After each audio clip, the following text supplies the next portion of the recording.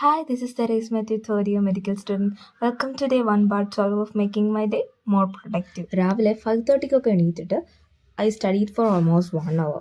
After that ready ആയി ഫുഡും കഴിച്ചിട്ട് നേരെ NMJയിലേക്ക് വിട്ടു. ബിക്കോസ് ഞങ്ങൾക്കിപ്പോൾ ഒഫ്താൽമോളജി പോസ്റ്റിംഗ് ആണ് ആൻഡ് റിയോയിലേക്കുള്ള ബസ് ഞങ്ങൾ NMJയിൽ നിന്നാണ് പിക്ക് ചെയ്യുന്നത്.